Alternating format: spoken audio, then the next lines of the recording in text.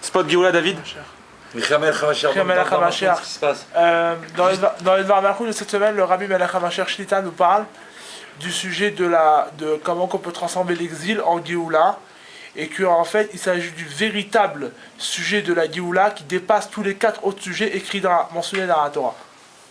C'est-à-dire que par le fait qu'on va rentrer le Aleph, que c'est Alouf, il s'agit en fait du maître du monde, on le rentre dans l'exil où on vit, dans le monde où on vit, c'est-à-dire l'exil où on vit, et par conséquent on transforme le monde et on le rend un monde de Géoula, un monde de libération, de délivrance totale, un monde qui revêt de la lumière divine totale pour l'éternité. Alors, qu'est-ce que tu nous en dis? Spot Géoula, à ce sujet, comme vous savez que Baruch Hashem, tous les mardis, le cours des femmes, le soir, le mardi soir, le mercredi après-midi pour celles qui ne peuvent pas en soirée, et Mina Shamaim, il y a une princesse de la Géoula qui est venue mardi, et donc bonjour, comment ça va?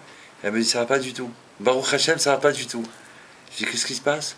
Elle me dit écoute, ça va pas du tout, voilà, depuis que je suis rentré d'Eretz HaKodesh, et j'ai recontinué donc à chercher du travail parce qu'elle n'avait pas. Elle m'a dit j'ai mon chômage qui me suffit juste pour vivre, mais vraiment c'est très limité. Et elle me dit que il s'est passé quelque chose, elle ne sait pas exactement quoi. Concrètement, elle est désinscrite au chômage. Et ça fait qu'elle a été obligée d'aller les revoir, ils l'ont réinscrit, mais du coup ils lui ont dit qu'elle ne pourra pas être payée. C'est comme si elle a été, rasiée. Rasiée, oui. Alors elle m'a dit, donc au lieu de toucher une paye qu'elle avait habitude de vivre avec, de survivre, et comme elle vit chez sa sœur, donc c'est compliqué, tu vois, déjà de chez quelqu'un, même si c'est ta sœur, donc elle était vraiment très embêtée.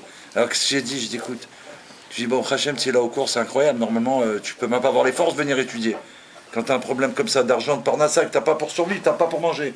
Je dis, non, t'inquiète pas. Aujourd'hui, on va étudier en plus de ce qu'on doit étudier, la confiance à Hachem.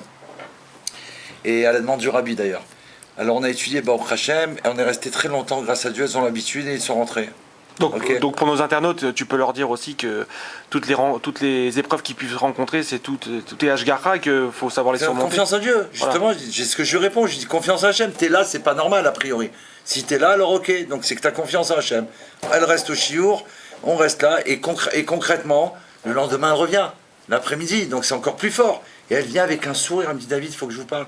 Et qu'est-ce qu'il y a? Elle me dit c'est incroyable. Elle m'a dit je sais pas ce qui s'est passé, je ne sais même pas comment c'est possible. Ce qu'on m'a enlevé du chômage, j'ai reçu sur mon compte par la CAF, je ne sais même pas comment c'est possible. Elle m'a dit du coup j'ai tout mon salaire.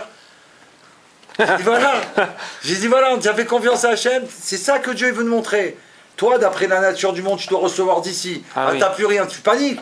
Non, moi j'ai confiance à Hachem. Lui, c'est lui qui dirige tout.